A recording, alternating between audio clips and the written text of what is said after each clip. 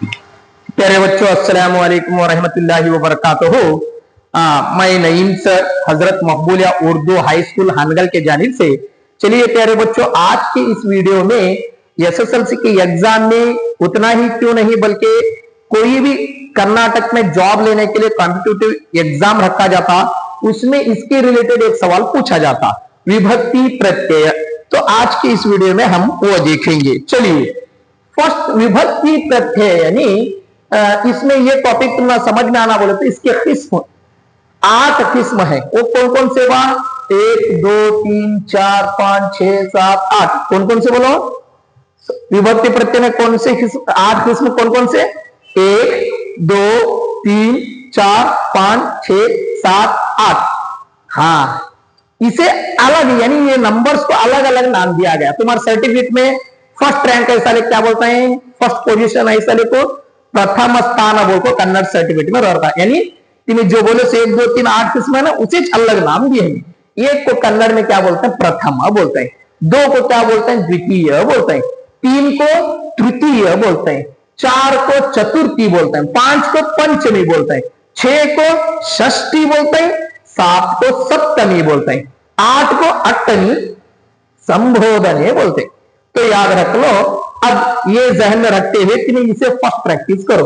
प्रथम विभक्ति, द्वितीय विभक्ति, तृतीय विभक्ति, चतुर्थी विभक्ति, पंचमी विभक्ति, षष्ठी विभक्ति, सप्तमी विभक्ति, संबोधने विभक्ति। इतना याद रख लेने के बाद इसमें तुम्हें ये प्रैक्टिस करने के बाद अब ये जो है, देखो ये नजर आ रहा तुम्हें उसके बाजू में का, ये वेरी वेरी इंपॉर्टेंट। यानी इसके जरिए से तुम्हें ये पहचानने में आसानी होती। तो इसके साथ ये भी प्रैक्टिस करो। प्रथम विभक्ति की पहचान उ, द्वितीय विभक्ति की पहचान अन्नो, तृतीय विभक्ति की पहचान इंद, चतुर्थी विभक्ति की पहचान गे, पंचमी विभक्ति की पहचान देसे इंद, षष्ठी विभक्ति की पहचान अ, सप्तमी विभक्ति की पहचान अल्ली, संबोधन विभक्ति की पहचान ए ईरा। मगर ए बोल को याद रख लो। इसे तुम्हें कैसा याद करना? प्रथम विभक्ति उ, द्वितीय विभक्ति अन्नो, तृतीय विभक्ति इंद, चतुर्थी विभक्ति गे, पंचमी विभक्ति देसे इंद, षष्ठी विभक्ति अ, सप्तमी विभक्ति अल्ली, संबोधनी विभक्ति ए ईरा बोल को याद कर ले। अब देखो, आप एक एक करके इसके मिसालन के जरिए से यानी एक नाम लिख, रमेश बोल कर एक नाम लेंगे।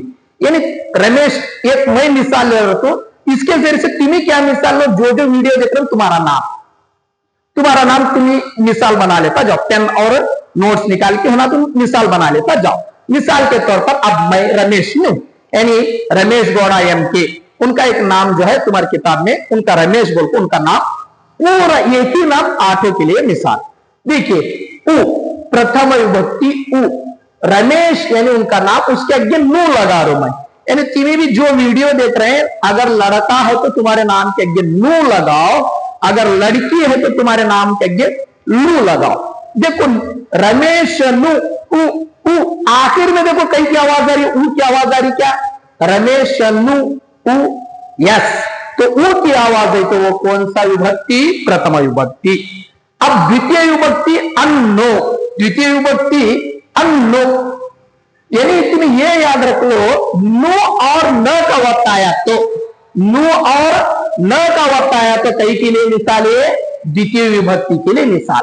मिसाल के तौर पर रमेश नन्नो, या नु और न का वक्त आ रहा, देखो आखिर में नु और न का वक्त आया तो कौन सी विभक्ति? द्वितीय विभक्ति। तृतीय विभक्ति इंद, इंद का यानी अनुस्वर, ये जो अंडा जो नजर आ रहा और उसके बाजू में द नजर आ रहा, अम का जो अंडा रहता है यानी अनुस्वर जो है नहीं, ये जो है ये, और उसके द बोलता आया तो समझ लेना ये तृतीय विभक्ति। मिसाल के तौर पर रमेश निंद, रमेश निंद, देखो ये अंडा और द, अनुस्वर और द आ रहा कि नहीं, ऐसा आया तो वो क्या है? तृतीय विभक्ति है। अगर लड़का है नींद, नींदवा, नींद स्त्री, लड़का है तो नींद, लड़की है तो लिंद, ली लगा तो अनुस्वर और द लगे तो खत्म। और चतुर्थी विभक्ति गे, चतुर्थी विभक्ति क्या? गे। चतुर्थी विभक्ति गे। देखो रमेश नीगे गे बोलता है तो खत्म लास्ट को रमेश निगे ಇದು ಯಾವ ವಿಭಕ್ತಿ कर बोले तो चतुर्थी विभक्ति। अगर तीन लड़के हैं तो नीगे गे आ रहा कि नहीं हुआ, लड़की है तो लीगे खत्म गे आ रहा। पंचमी विभक्ति देसे इंद, यहां तुम्हारे नाम के देसे इंद लगा ले डाले तो खत्म। देखो रेडीमेड फूड देसे इंद बोल को चाह रहा उसमें, ये पंचमी विभक्ति के लिए मिसाल के तौर पर रमेश न देसे इंद बोल को लगा रहा हूं मैं, खत्म। षष्ठी विभक्ति अ की आवाज आती आखिर में, जो दिया गया मिसाल उसमें आखिर में कई की आवाज आ रही, वो विभक्ति इनमें से कौन सी आवाज आखिर में आ रही वो विभक्ति बोल को तुम्हें बोलना है। मिसाल के तौर पर हमें षष्ठी विभक्ति अ, रमेश न न अ अ अ की आवाज आ रही।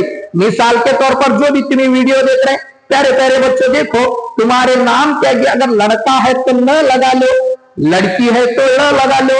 न में अ की आवाज आ रही, ल में भी अ की आवाज आ रही।